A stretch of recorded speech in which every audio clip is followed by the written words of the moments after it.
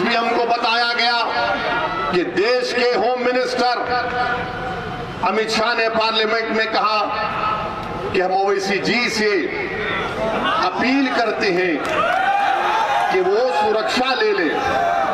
हम देश के होम मिनिस्टर से ये अपील करते हैं कि असदुद्दीन ओवैसी की जान की कीमत वो जो उत्तर प्रदेश के CAA के प्रोटेस्ट में 22 लोग मारे गए उनसे बढ़ के नहीं है।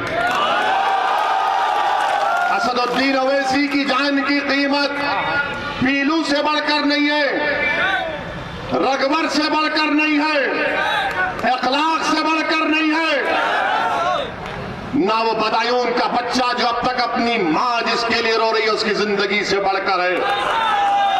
अगर आप सेफ रहेंगे, दलित, अति पिछड़ा, कमजोर सब लोग सुरक्षित रहेंगे तो ओवैसी सेफ रहेगा।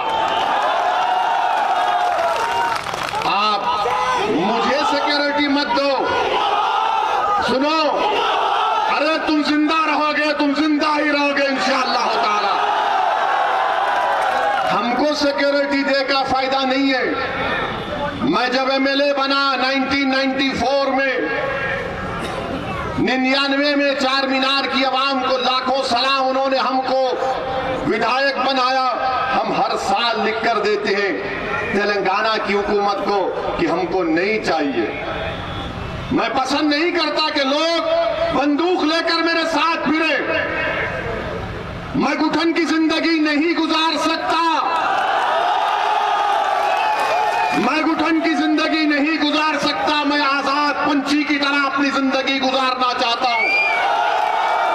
और हुकूमत का काम यह है कि हुकूमत हमारी सिक्योरिटी से ज्यादा उन लोगों को सुरक्षा पहुंचाए जिनको गोश्त के नाम पर मार मार कर खत्म कर दिया जाता। मुझे नहीं चाहिए।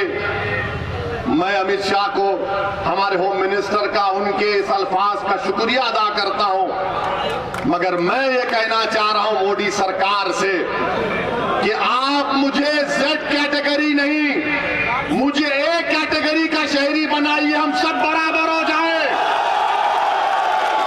ये वक्त का तकाजा है, ये गरीबों का मुतालबा है। गरीब ये देखना चाह रहा है कि अगर ओवैसी पिंजरे में बंद हो गया तो फिर कौन मेरी आवाज को उठाएगा। मजलूम ये देख रहा है कि ओवैसी की ठोर और मीरठ के गली कूचों में गरीबों मजलूमों के दरमियान में चलकर उन नौजवानों से हाथ मिला रहा है, तो किठौर में किसी एक मां ने मुझे अपने करीब बुलाकर मेरे सर पर हाथ रखकर कहा कि बेटा तेरे अल्लाह तेरी हिफाजत करेगा। शायद उसी मां की दुआ मुझे इन गोलियों से बचा गई। इस वीडियो को लाइक करें, हमारे चैनल को सब्सक्राइब कर बेल आइकन जरूर प्रेस करें